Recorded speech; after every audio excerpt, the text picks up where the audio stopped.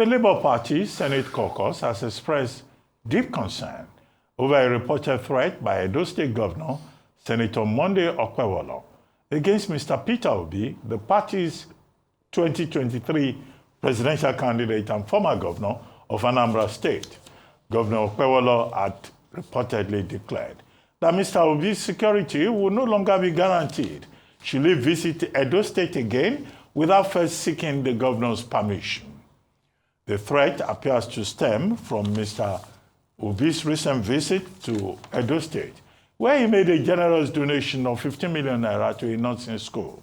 The statement, which was jointly signed by Senators Dr. Victor Ume, Ireti Kingibe, Ezeaoke, and Dr. Tony Nwoye, condemned the remarks as not only unbecoming of a sitting governor, but a direct violation of the constitutional rights of a Nigerian citizen. However, the Edo State governor has dismissed claims that he issued any threat against Peter Obi. In a statement released by his chief press secretary, Frederick Twa, Governor Okpebholo clarified that his comments were misrepresented. He explained that he only stressed the importance of security protocols for high-profile individuals, especially politically exposed persons visiting the state. Joining us on this show to discuss the Edo State Governor's declaration about Peter Obi's safety in Edo State is Kenneth Okonkwo, a lawyer. He will also share his thoughts on the Kaduna State Police Command suspending a planned political rally by supporters of Mr. Peter Obi in honor of his birthday. Good morning, Kenneth Okonkwo, and thank you very much for joining us on the morning show. Yeah, good morning, Dr. Abati, Rufai Vimbai, and good morning, viewers from wherever you're watching us. Okay, I think it's a settled matter that Section 41, Sub 1 of the 1999 Constitution guarantees the freedom of movement. Section 15, Sub 3(4) also says, look, the Constitution of Nigeria encourages integration, that people can settle in other parts of the country and that will not be a problem in any part thereof once you are a citizen, and that you can even marry from wherever you like. But Governor Okpebholo of Edo State seems to be denying Mr. Peter Obi his rights to even marry from Edo State if he wants. But he even says he cannot come there. But he now says he was misunderstood. There was a video evidence that everybody has seen. He was saying his security will not be guaranteed, and how will he dare come to Edo State without clearing with him? If you want to go to Edo State, you have to clear with the governor, whether you are a politician or not. So please, this is the dilemma. Can you help us unpack it? Well, thank you for this once more. I am going to unpack this dilemma from three perspectives or more. One, as a constitutional and human rights lawyer. Two, as an opposition leader. And three, as a citizen of Nigeria from Southeast extraction. Now, as a lawyer, you have rightly pointed out that Section 41 is very clear. And let me state what Section 41 said clearly. That every citizen of Nigeria shall be entitled to move freely underline, throughout Nigeria, and to reside in any part thereof. And no citizen of Nigeria shall be expelled from Nigeria or denied entry thereto or exit therefrom. If you put it into context with Edo State, it simply means no citizen of Nigeria can be expelled from Edo State or denied entry into Edo State or exit therefrom. And every citizen of Nigeria has the right to move freely in Edo State. So what the governor said is unconstitutional, it is illegal, it is irresponsible, and it's largely illiterate. Coupled with Section 39 that guarantees freedom of expression and Section 40 that guarantees freedom of association and assembly. Having said that as a lawyer, let me talk as an opposition leader. This is a direct attack, threat, intimidation of opposition leaders. Recall that Adams Oshomole blocked airports. Even the Minister of Aviation noted that what he did was wrong. Yet nobody threatened him. Nobody locked him up. If it were an opposition leader, he would have been in jail cooling off before anything is said and done. But whenever you come to APC, your sins are forgiven. And look at an innocent citizen just because he's an opposition leader. He's been threatened, his life being threatened, that he should not step into Edo State by a governor that is INEC produced, figure challenged, pinchomic and petite, and largely illiterate, like I said. Now, let me come in from the point of being a citizen from Igbo extraction. I sense tribalistic, cheap, ethnic bigotry in this governor. If Peter Obi were to be a leader from Hausa land or from Yoruba land, this governor will not dare make such a statement. Recall when 16 persons were killed in Edo State, before even making any investigation, he ran to Kano State to prostrate. That was a good thing because life is very, very essential. The same governor that did that is the same governor that is threatening the life of a human being for just coming into your state. This is very annoying. It's a direct threat to Igbo people. It's a direct threat and exhibition of being an Igbo hater. And that should stop. Let me tell you, from where I come from, when you kill even a madman, that's when you know that he has a brother. If a strand of hair falls from Peter Obi, because this is a direct attack and threat to his life. Remember, the governor made it clear. He said his security can no longer be guaranteed. He used the word never, if he does not take permission from him. Let me ask Monday Okpebholo, does it mean that when he finishes as a governor, before he travels to any state in Nigeria, he would have to seek the permission of all the governors? Okay. Does it mean that 200 million Nigerians, before they step into Edo State, they would have to seek permission from the governor? Okay. And in the case of AMPP versus the IGP, the law has even been made clear that you don't even need permission, even when you want to embark on a protest. And I'm talking about peaceful protest. Okay. If you don't need permission when you want to embark on a protest, how can a governor be talking about permission to visit a state?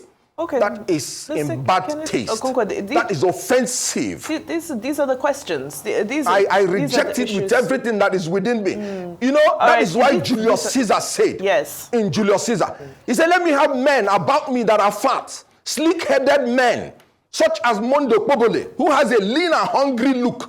They think too much of themselves. He says such men are dangerous. Okay, Mr. Kenneth Okonkwo, let me step in at this point. I'm sure even if you go to his office, you wouldn't even see him. Okay, he's so petite and so pinchomic. Mr. Kenneth Okonkwo, let's maintain a level of, decorum. We were having a very intellectual exchange. Let's maintain it at that level. Let's talk about the philanthropic aspect. What decorum has the governor maintained by threatening the life of a Nigerian citizen? I understand. What decorum by saying that he said he doesn't give shishi and that he's giving 15 million? What decorum? I totally understand. I don't maintain decorum to people who do not deserve it. Which is fully understood. But, let's keep the conversation, as controlled as we can. I understand your passion. It's totally valid. You're entitled to that. On the issue of philanthropy, if that governor does not apologize, I'll be on his case. Okay. If you allow me, the Chief Press Secretary also alluded to these, like you've just mentioned, to the philanthropic acts. And he was saying that there have been some incidents concerning Catholic churches in Edo State. There have been some kidnappings and some security issues. And according to Governor Okpebholo's Chief Press Secretary, he said that he was concerned that these acts of philanthropy will draw the wrong type of attention to these churches and some of their priests and parishioners that may exacerbate the security situation around them. I'd love to know your thoughts around this worrying statement, because with the state of the economy, I know people are encouraging philanthropy, but in this case, the Chief Press Secretary is saying that Mr. Peter Obi and other people should not publicize their philanthropy. What are your thoughts? Now, that can tell you how malicious the whole intention is. When the governor that was talking You heard him use such words. He said he doesn't give shish, but he's giving 15 million. He said this and that. I want to tell you that they have even added a lie to their misdeed. Why I'm saying this is very clear. Peter Obi may have his own style of doing things. I have my own style. If you disagree with him, as I do at times, leave him to do his own thing, his own way. He is entitled to his freedoms. They are fundamental to him. If you don't like it, leave him, but not to threaten his life. How can a Peter Obi, which you know that I even quarrel with the way he does his own things, how can he pose a security threat to a state? And that reminds me, because Peter Obi has to even up his game, because the Benue State governor did almost the same thing, and Peter Obi kept quiet. And now this governor is, I'm just trying to force myself to be civil. Now this governor, again, is trying to do the same thing. So if you don't like the way he does his own things, he's entitled to it. For me, for instance, I like to do my philanthropic things, largely secret, because of my religious belief. Let your left not know what your right is doing. But somebody who is a politician may decide to do otherwise. That is his own entitlement. And you don't have the right to threaten his life. Now they are saying protocol, protocol. What do you mean by protocol? Do you need permission to go to any state? What protocol is it? Does Peter Obi appear to you as a man that can threaten anybody's life? Because he is saying that his security is not guaranteed.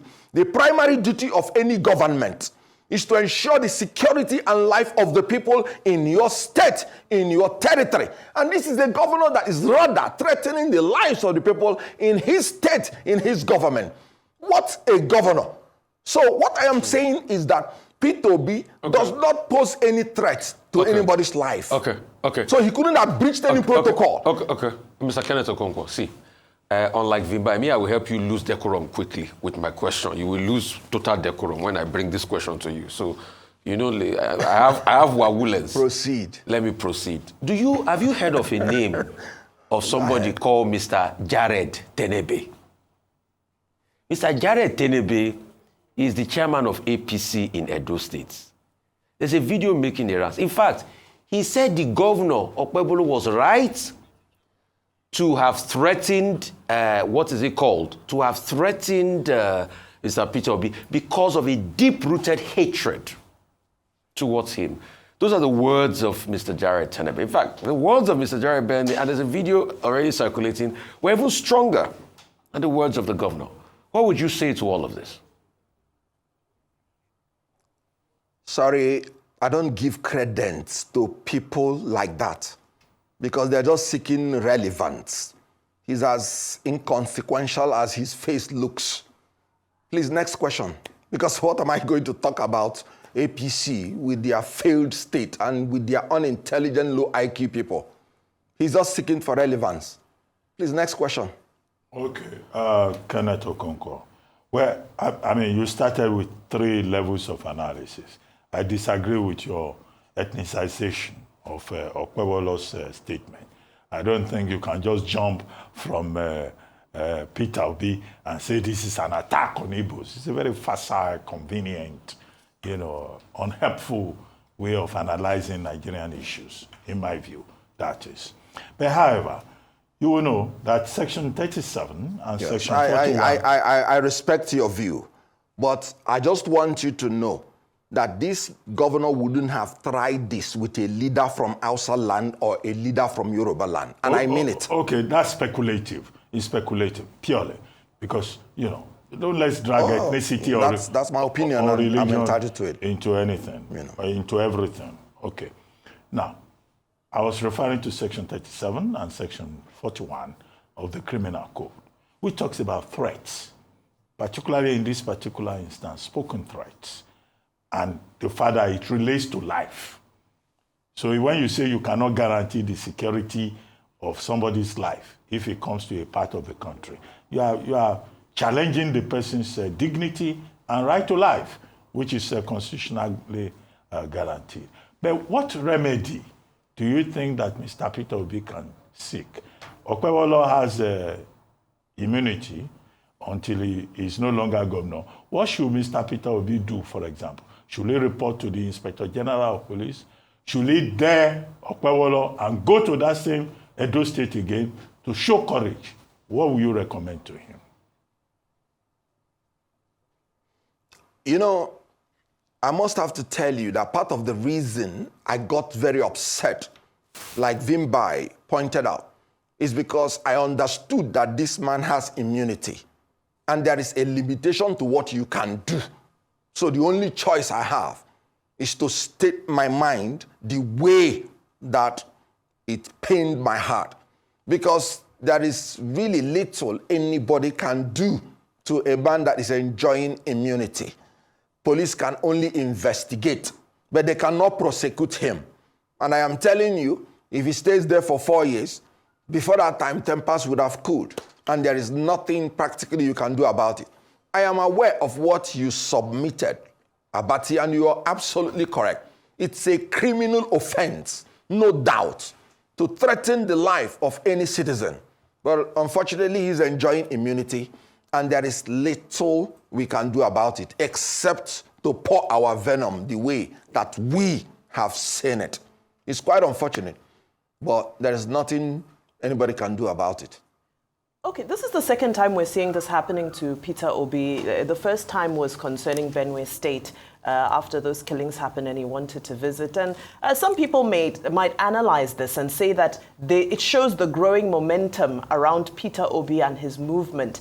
When you see these incidents happen, as somebody who has detached himself from that movement, do you have any regrets about possibly, detaching yourself from a movement that seems to be gathering so much momentum and national attention? Let me tell you, what it shows is that they believe that they can assault and insult Peter Obi and get away with it. That's what it shows. It does not show any other thing. And that is why I say my brother should step up. And if anybody gives you one, give the person 10. Especially when he's a sitting governor, because you don't have any other remedy whatsoever. Okay. You may have known that I say I disagree with the way he does his things. Okay. And he disagrees with the way I do my own things. Okay. So it has nothing to do with momentum whatsoever. Okay. So he's not a virulence personified kind of person, like you will have known. Maybe that's why he will not give them 10 in return. In all of this, he's not said much. But let's go straight to it now. Yes. You made the argument for power coming to the South. But you're also making the argument now that if ADC coalition will go ahead, that candidates like Atiku Abubakar should be favored there in a bid to be able to beat, President Tinubu. Those are some of the arguments you've made. The question is, what changed in your train of thoughts all of a sudden? Is it just about to grab power or the fact that power should remain in the South?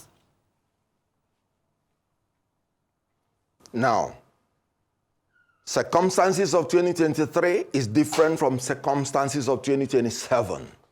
In 2023, you didn't have an incumbent. In 2023, the power was in the North. It has not changed to the South. In 2023, we had a very viable platform. We had our Labour Party that we could relate with. Now, going to 2027, there is an incumbent. This incumbent has publicly elicited that he knows how to take power by force, grab it, snatch it, and run away with it. This incumbent now has the army, the police, the navy by his side. This incumbent is from the South. Let me tell you, it has not happened in Nigeria. I don't see it happening in 2027. That you will use a fresh candidate from the same section of the Nigeria to win an incumbent candidate. And this is my reason. When people say 12 million votes for Buhari, that is 12 million votes he garners only when he is dealing with a Southern candidate. When Buhari contested with Umaru Yar'Adua, he got only 7 million votes in 2007. So when you are talking about using a fresh candidate for any section, you cannot use the same candidate from that section to defeat an incumbent.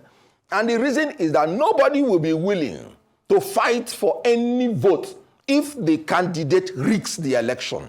And so I am talking from the platform that I do not believe that we are going to have free, fair, credible election in 2027. I don't believe it, because the electoral reforms have not been done. So you have only manually generated, collated results where all the fraud takes place. Why would you want to take somebody from the southeast who does not have an army, who does not have the navy, who does not have the air force, to go and confront somebody from the southwest? And you think the north will now back you a fresh candidate that they do not even believe that may keep to the terms of the agreement. Like I said, I will not swear for any politician because I don't want to die before my time. So you have to be pragmatic. I am a politician existing in pragmatism. Activists exist in idealism. And so being realistic, the only choice you have to make even an impact, which every Nigerian would even have to support before it can make an impact, is if you want to challenge an incumbent, you take somebody from the other section, and whatever votes you give to him will push the person through. That was what Tinubu did. In 2015, he went and brought Muhammadu Buhari, knowing that Muhammadu Buhari against a southern candidate will have 12 million votes already. So he just needed little votes from the south to push him in. He knew that he did not have the army, the navy, and he cannot compete against Goodluck Jonathan, coming from the same zone. So that is why I'm saying, checking all this background, you need to use a northerner if you are talking about disruptive change. Otherwise, the 8 years is 8 years for Tinubu to continue. If Tinubu had done well, in all honesty, I will go home and sleep. But you cannot choose a Muslim ticket. The economy running riot, insecurity going everywhere. And we want to give you 8 years. So the only way to make a disruptive change is to bring a northerner and disrupt his regime. And the ADC has agreed. It has to be 4 years. And the ADC position is clear, that you would have a free and fair primary election where everybody is free to contest. It is not ADC saying they prefer northern candidate. No. It is my own preference and strategy, because that's the only way to win Tinubu in the election. Kenneth Okonkwo, just a small footnote, that the intendment of the framers of the Constitution is that whoever becomes president of Nigeria should have votes from across all the 6 geopolitical zones, 2/3. Not anybody that is boasting of 12 million from one particular region, or somebody saying I'm in charge of this particular region, because the president will be president of Nigeria, not president of any region. And that's why the Constitution talks about integration, accommodation, and political parties have adopted zoning formula. But we'll keep discussing the issue. Thank you very much for joining us this morning.